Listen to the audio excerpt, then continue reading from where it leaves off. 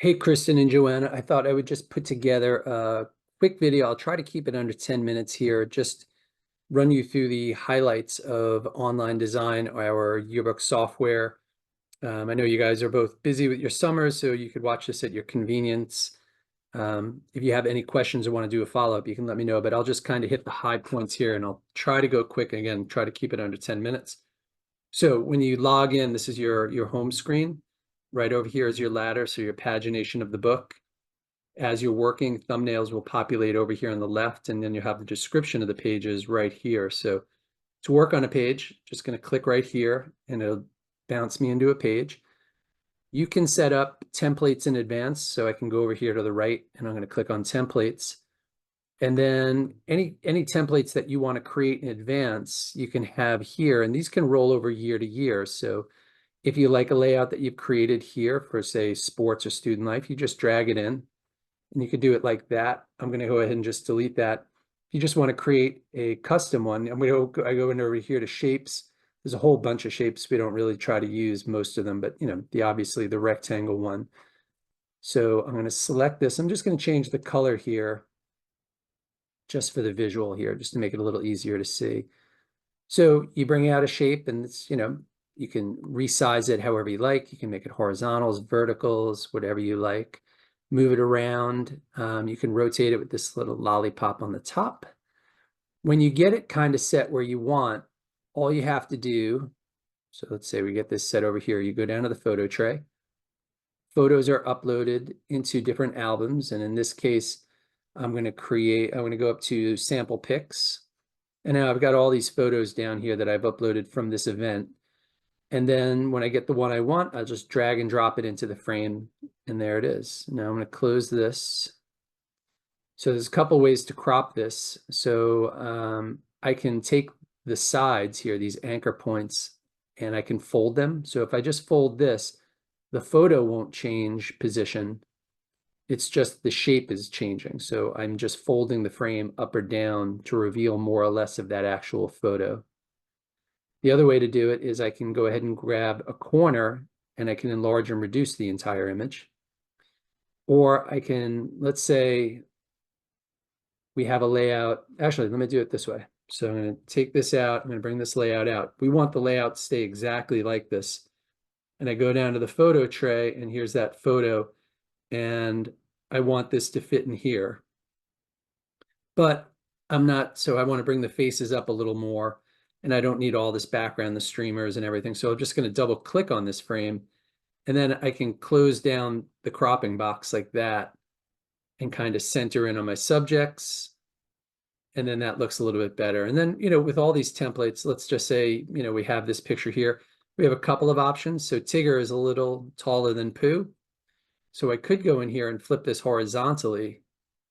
And now actually that works pretty good. So we could do it that way. The other thing I was going to suggest is you could just nudge, a picture up. So the templates do have a lot of flexibility, but it's a great way to create the book, because here you can see when we created this template, this is the same layout. It's just been mirrored and flipped 4 times. So if on page 6 and 7, you use this one, 8 and 9, you use this one, 10 and 11, you use this one, 12 and 13, you have 4 different layouts seemingly, and they are really good layouts, and you get a very consistent feel, but they're all a little bit different. So the student who's going through the book won't realize that they're looking at the same layout just turned around. So it's a really easy way to create a lot of layouts in a short amount of time. Text, I'm going to go right over here to the text tool. You just draw a box out here, and then I can type something like headline. So I'll highlight that. I'm going to just close my templates box, and then you have fonts here. We have like 180 fonts. You get to choose like 30 at a time. Hopefully we don't use that many, but something like Museo Sans is really nice. And then I'm going to bump this up to say 48 point. You can always move the text around. You can use the arrows to kind of nudge it if you like. And that's pretty standard. We also have styles, which is really cool. So let's say that you guys are doing captions in the book, and I'm just going to do some blah, blah, blah type. So there's blah, blah, blah, because I am a fast typer. And I've typed in all this nonsense text. You could have it set up so that when you click on caption, it automatically reverts so I'm going to click here on edit. This one is set up as Helvetica regular in 8-point. And so what I'm going to do here, just to illustrate the point, I'm going to create a green font. But then if I zoom in on my caption, and let's do this. I'm going to take this, whoops, didn't want to, I'm going to Control Z, so I put that right back. I'm going to change this to male race stuff, and I'm going to make it 11-point. And okay, so that's enough on the changes. So now once you type that in, if I just click caption, it's going to revert to Helvetica 8-point in green.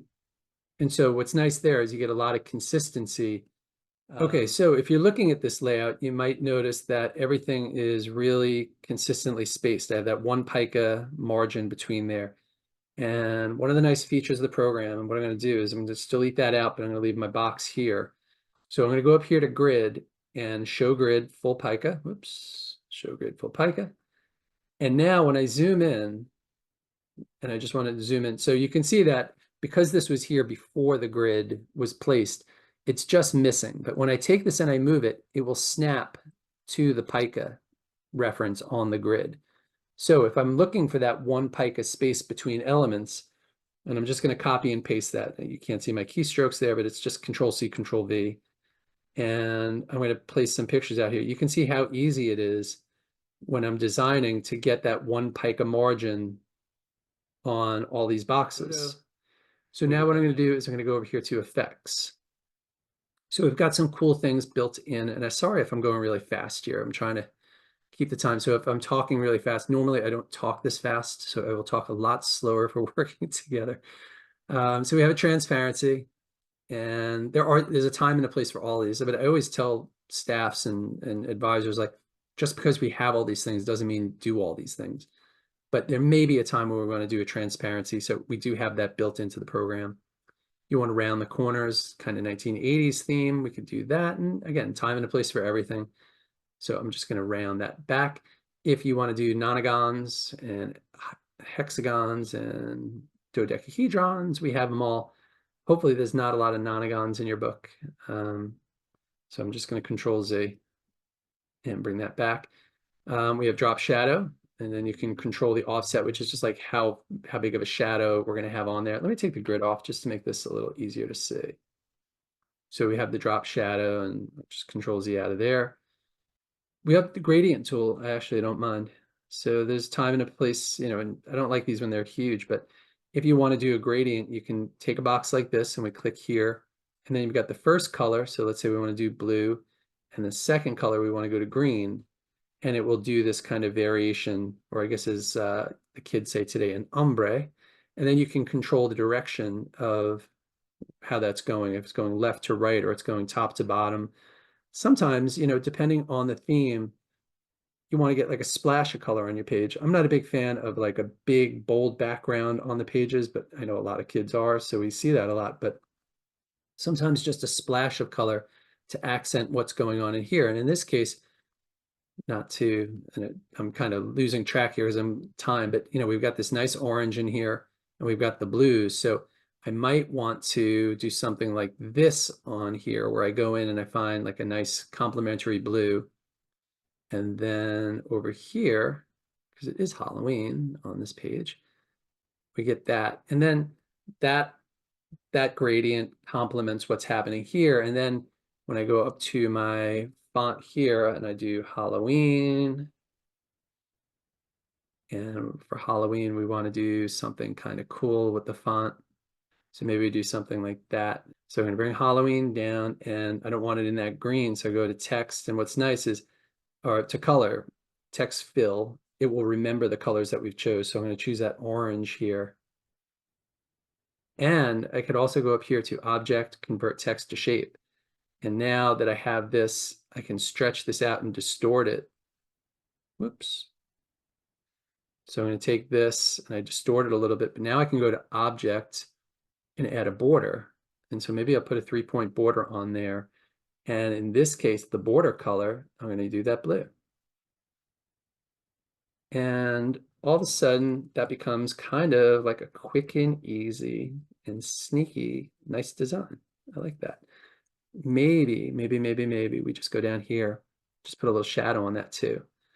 And so if we take this and move it up and we get rid of these yellow blocks that don't really do anything for us, really quick and easy, that becomes a really solid design that we incorporate some of the colors in the background into the fonts that we saw in these photos. And that can make a big difference in your book. Oh, little can jam. How funny is that? Okay. So let's see where we're going next. Okay, so I took us out of the spread view and I brought us into our photos, and we're in the sample pics album that we were just looking at, that we were placing the photo. And here's that picture that we were just kind of working with. Actually, I guess it's a different photo, but it's the same subject here where the kids are coming up to the table. So what's cool about this is, I feel like I've used the word cool like 6 times. I'm gonna have to switch that up or edit that out. So what's really neat about this is I've got my photo here, but unlike that photo tray view where it's really hard to see all the photos, I get a nice look at the photo. And here I can see that, you know, her eyes are closed. She might be either that or they're looking down. Maybe that's not the best photo. Here, we've got a better smile on there. Maybe we're going to zoom in. We've got a couple of kids in costumes. So this works out maybe as a better photo. So what I'll do here is I'll go through the photos and decide, is this the best photo? Is this the best photo? Or is this the best photo? In this case, I'm going to say maybe this is the best one because I've got these nice smiles, which I want to focus on. So what I'm going to do now is I go to recommend and I recommend for spread. And then I can select page 14 and 15 that I was working on. And now this photo will be waiting for me. When I open up the photos, these photos will be the first ones I see. So I can go through this album that has 101 pictures and I can decide, okay, is this the best one? In this case, I'm looking at the photo and the hood's covering this kid's face, but here I've got the face and a nice smile. So this is the one I'm going to recommend.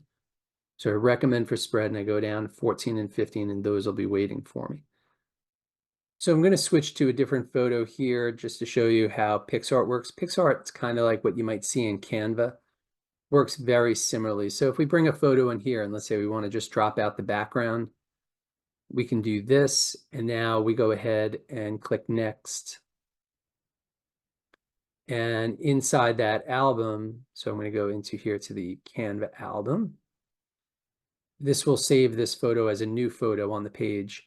And then the original photo is still in here if we want to use it, but it makes it really easy for us to use these on the page. And then again, just go down to recommend for spread, and then we'll put this on our 14 and 15.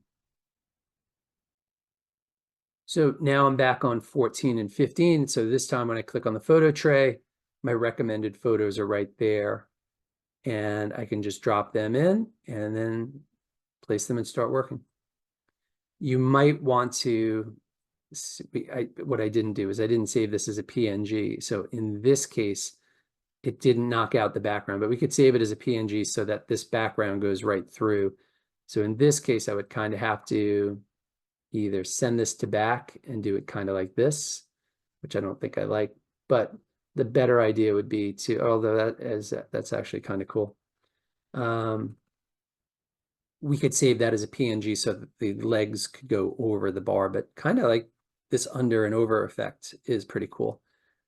This is a big trend doing the backgrounds. There's another way to do it where, let me just do this. Let me go down to the photo tray and I'm just going to choose our sample album. Let's take this photo. And what I'm going to do here is I just right click on it and remove background.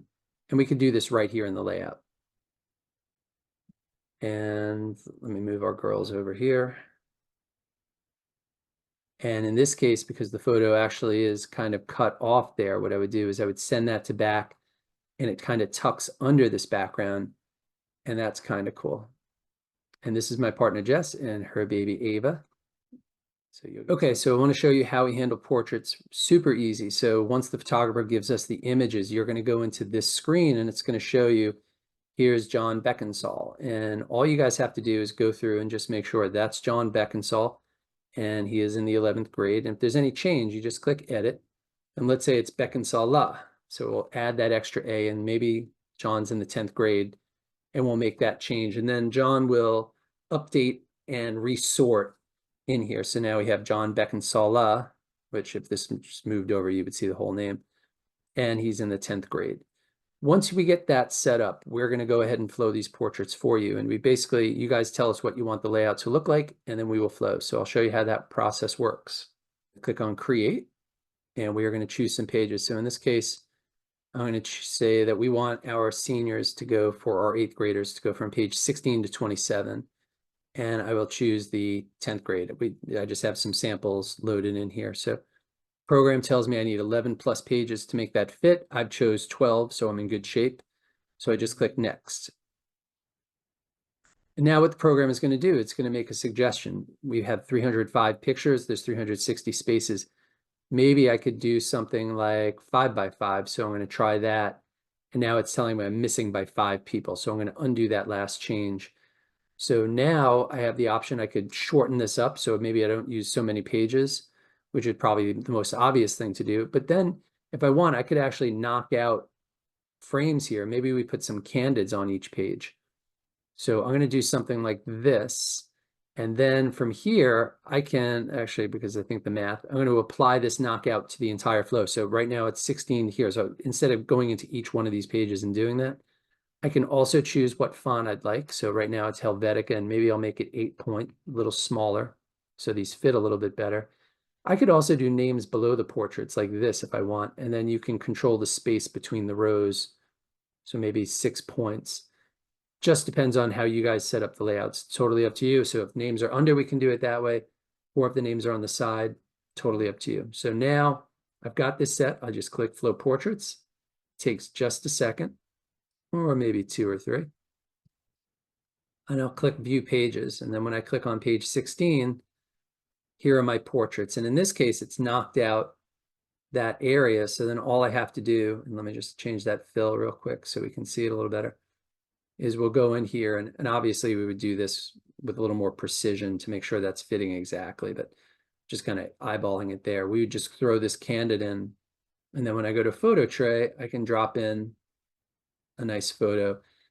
And maybe, sometimes people will say the portraits look a little dull. A nice candid like this kind of spruces it up a little bit.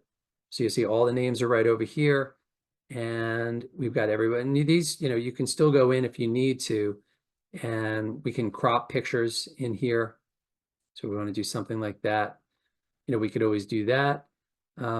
We can also, so let's say, I'm going to just save this. Let's say that our flow is done and we've checked all the names, and then we realize, we forgot somebody, or a parent contacts you and says, hey, nobody ever told me they were doing class photos for this yearbook thing, and we have to get this kid in the book. All we have to do is go here to Students, and I'm going to click New Student, and we'll say Alice Adams, just because I want it to be on that first page. And I think we were in the 11th grade. Oh boy, I hope it was 11th grade. So now I've created this new Alice Adams. And when I go back into Flow Portraits, I am just going to reflow. Oh, is the 10th grade. Okay, so not to worry. So I go to my student list. Here's my Alice Adams. And I'm just going to edit her. And I'm going to put her in the 10th grade. Just that easy to make edits. Really super easy. So now when I go back to Flow Portraits, I'm going to reflow the existing portraits. It takes just a second or 2 or 3 or 4. Now I'm going to click View Pages. And when I go back to 16, 17, what we'll see here when I zoom in is Alice Adams is the first person. So it leaves a placeholder for that person. Then when we get the portrait, we can just drop it in. And that's not obviously not the portrait, but let me just zoom in. Let's just say this happened to be the portrait. And then we would have Alice Adams in there. And that makes, adding and subtracting people really easy without having to redo everything. It's really just a quick question of reflowing. So again, we'll do all the portraits for you. You guys just got to get the names right. That is the quick version. There's, obviously some more functionality in there, but I hope that gives you a good idea of how the program functions. If you guys want to do a demo, I can always do an online demo when you guys get back. Or if you have any questions, there's something you want to see, I can always do a follow-up like this. So Thank you so much. I appreciate it, and I'll talk to you guys soon.